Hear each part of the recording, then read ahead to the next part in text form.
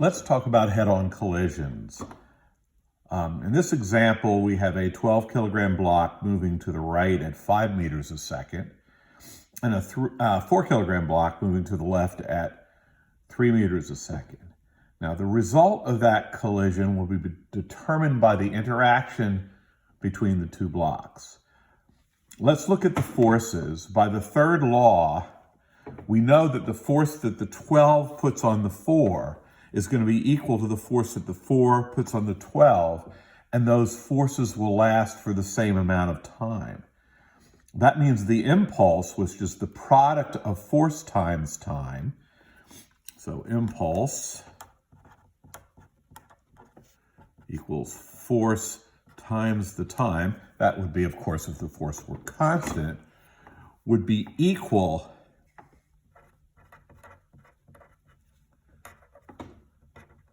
and opposite on both blocks.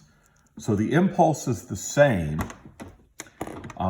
In reality, the force won't be constant, so the impulse will have to be calculated by adding the force over tiny infinitesimal durations of time together. So the impulse will actually be an integral. It'll be integral of f dt. It will still be equal on the 12 block, and that impulse will be to the left, and on the 4 kilogram block, and that impulse will be towards the right. That's in all collisions. The result of the collision will actually be determined or be different because of how the energy is exchanged between the 12 kilogram block and the 4 kilogram block. And there are really 4 different ways we look at that energy exchange. In this brief video, we're going to look at the first way, which is a sticky collision, which we also call a perfectly inelastic